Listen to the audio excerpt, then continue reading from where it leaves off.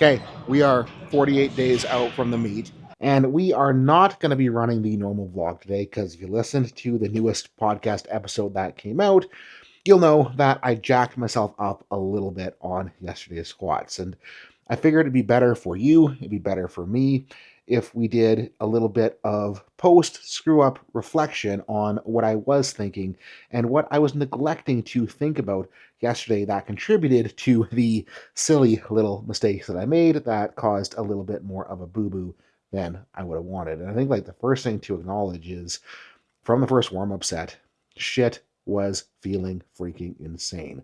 Like the bar felt so light on my back, brace felt rock solid, groove felt rock solid, and I was pretty damn confident. And I did know that the purpose of this week was to wash some fatigue off. But previously, when warm up weights have been moving this well in a fatigue wash week, I still can go pretty damn heavy and not be at any real detriment for it. So it's kind of my mind was starting to open a little bit as more and more and more weight went on the bar. But one thing that I was kind of forgetting as well with this week needing to be a fatigue wash week is that early in this week I freaking slipped on the ice in my driveway and my knee that is missing a PCL and has some clunky ass meniscus in it slipped around and it was feeling a little bit gross. And I was kind of like mindful of that in my early warm ups. Like I didn't roll the sleeves up from the very beginning because I wanted to kind of pay attention to how the knee was really doing.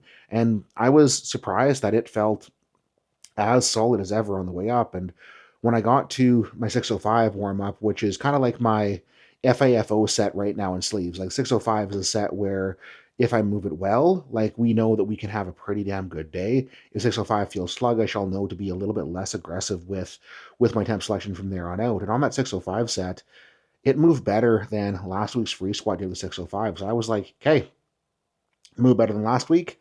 Last week did pretty good. Let's go straight to 695 just so we can get more used to taking a bigger jump. And in my head, when I was going to that 695 jump, I wasn't planning on changing my top end plan. Like I wasn't planning on going 695 so I could aim bigger. I was just thinking, let's take one less jump to get to my planned top end target, which is going to be around 735, 745. And then when I took that 695, once again, it was like, holy freaking shit. Like, I am strong today. I don't know what is happening and why I feel this good this week after how big last week was. And I was kind of thinking that a lot of it probably was due that I finally don't feel sick in the gym. And I'm like, I can express strength. This is freaking wild. Maybe this is like kind of the new set point. I didn't even realize that I had at the body weight increase and not having some sort of weird flu. And after that 695, I was like, hey, screw it. We're going straight to 745. We're going to smack the crap out of it. And this is kind of where like the thing started going downhill a little bit. First on execution, because for myself with pause squats, because on my free squat, I even if it's like a slow dip, to hit depth on a free squat, I kind of like I'm very control eccentric and I try to like extra push into the rebound of the bottom to get a little bit extra stretch reflex to make sure that I'm sealing the deal on depth. And when I pause squat, because I'm not doing that extra push into the bottom, it becomes too easy to cut the squats high. And that is exactly what happened on that 745. I just didn't have the same level of like commitment to the push in before the pause that I did on the 695. And it ended up being, higher than it should be, higher than what would pass the platform. But I didn't realize that at the time. Like no one told me that it was high. And like looking back at the video, no one was at a great angle to judge depth, so I can't fault them for that. And I really just need to fault myself because in my head, I'm like, this moved better than I ever thought was even possible. And when I looked at back on the camera, like I'm trying to look at like the little tiny 2.5-inch camera monitor on the A7R5, and the camera was pretty far away because I was planning on being able to do an Instagram crop for it.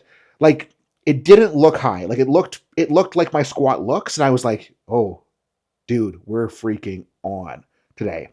And this is when the real bad thoughts started happening because in my head with what I'm trying to like the total that I'm trying to hit this meet, the total that I think should be very possible, in order to make that total a safe bet, I'm thinking that like 850 squat, 880 squat would be, a good place to be on the platform.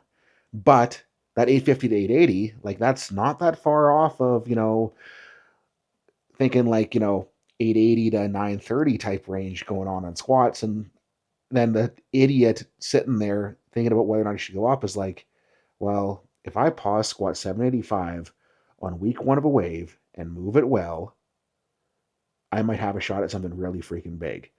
And what I'm trying to get across with that is it's so hard to recognize in the moment, but every time my brain starts going in that direction, it very rarely ends up being a good choice. It's like the devil on your shoulder trying to talk you into doing something you shouldn't do, and it sounds so freaking appealing every time. It's just that little monkey saying, "Put more weight on the bar," and with how it moved, I don't blame myself for wanting to do it, but I do blame myself for not having the restraint to say, no, fuck it. It is week 1 of the wave. Don't be a freaking dumbass and be happy with the 745 because the 745 was already really freaking good and we're more than set up to have a super good total off that 745. And obviously, I took the 785.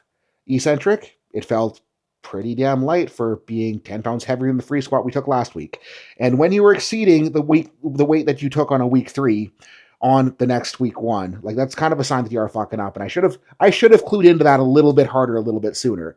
But like it felt rock solid in the eccentric, felt rock solid on the pause, albeit looking back at the video, still higher than it should have been, which I should have been better about. But at the time, like I thought I was fine. I did not realize. I know that pause squats are weird, and again, I don't need to make excuses for it. I'm just stating like this is why pause squats tend to be weird for me, and I need to be more aware of it the next time I'm pause squatting. But then on the concentric, the initial reversal felt freaking phenomenal. Then about 2/3 of the way up, slowing her down, like you can see that my knees kind of drift forward and kind of like shove back under the bar a little bit, which is kind of reflective of probably needing a little bit more hip to drive through that loading range. But as those knees shove forward, I felt a pretty big clunk in that loose knee. And like during the squat, like it was a clunk. I felt some shit moving around a little bit. I don't know what. And like I finished the squat, it felt sharp when it clunked. And like putting the bar down, I'm like waiting for pain to hit, and like nothing really hit. And then like walking over to the camera, I was kind of like still like waiting for pain to hit, and nothing really hit. Sitting on the bench, it's like my knee felt stiff, but the loose knee, even like the tight knee, they both feel pretty stiff after squats at this stage in my career, and it's nothing to really worry about. And I was kind of like in my head thinking like, did I just screw something up? Did I just screw something up? Did I just screw something up? And the pain kind of gradually came. But I'm not sure how much of that was me thinking my way into pain or how much of that was, pain being necessary in the moment. But it started to feel like pretty damn not good. And I was kind of thinking like, well, for all I know, it could have just been the wrinkles on my sleeve rolling. For all I know, it's most likely just, the meniscus shifting around in the loose knee with the weird knee shove. And for all I know, like worst case, like maybe it was a little bit of patellar tendon letting go, which was kind of like in my head, like with where the pop was, that might have been what's going on. But I'm going to pretend that that's not even a possibility right now. And what it ended up doing is I got the sleeves off. I just ran some just body weight squats. Like it felt stiff. It felt clunky, but it felt like I could produce a little bit of force, which I was very happy with. Ran some ATG split squats. Felt like it was, good enough to be able to work. So I was like, okay, screw it. We're going to go and run some pendulums because the hack squat that I like got sold at the Realm. So I was thinking pendulum would be the next best option because I didn't want to get on the max pump hack squat with how not great the knee was feeling. And the pendulums, like they didn't feel good, but they also didn't feel terrible.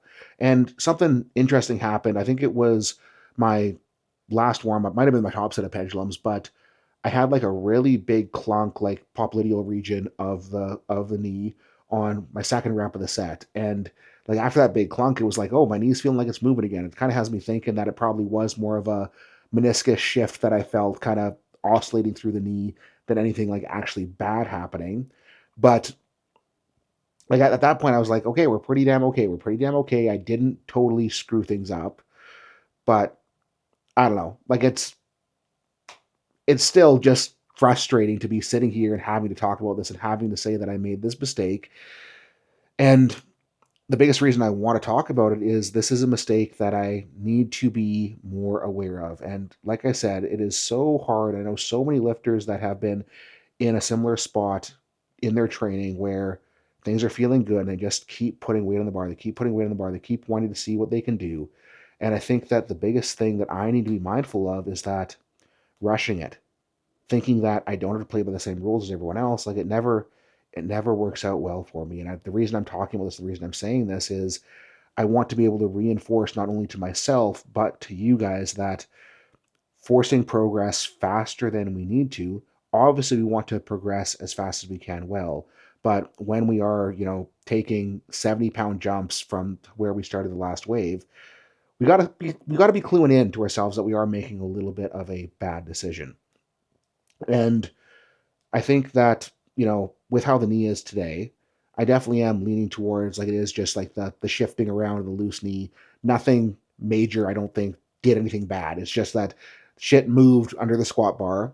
It doesn't feel great today. Like it feels like it's definitely a little bit swollen capsularly. Like it doesn't really want to bend all that well. I can still bodyweight squat. I can still isometric decently. It just feels not great. And I think that like the biggest fear is that maybe I am being too optimistic right now with my thought process in regards to the knee. Like maybe I'm just trying to talk myself into thinking that it's good. And I'm so afraid that I screwed up and ruined the last 2.5 years of work that I've put into getting to this point after the pec tear. And as much as that thought does terrify me, I know that that fear is going to be the motivation I need to dig in and rehab this thing well and get it feeling as good as possible and to not be stupid through the rest of this prep duration.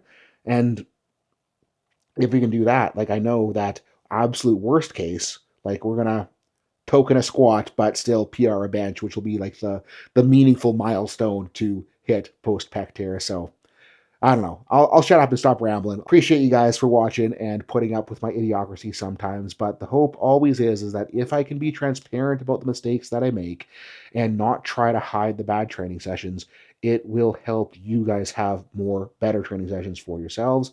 And I appreciate the heck out of everyone who is still watching after all this rambling.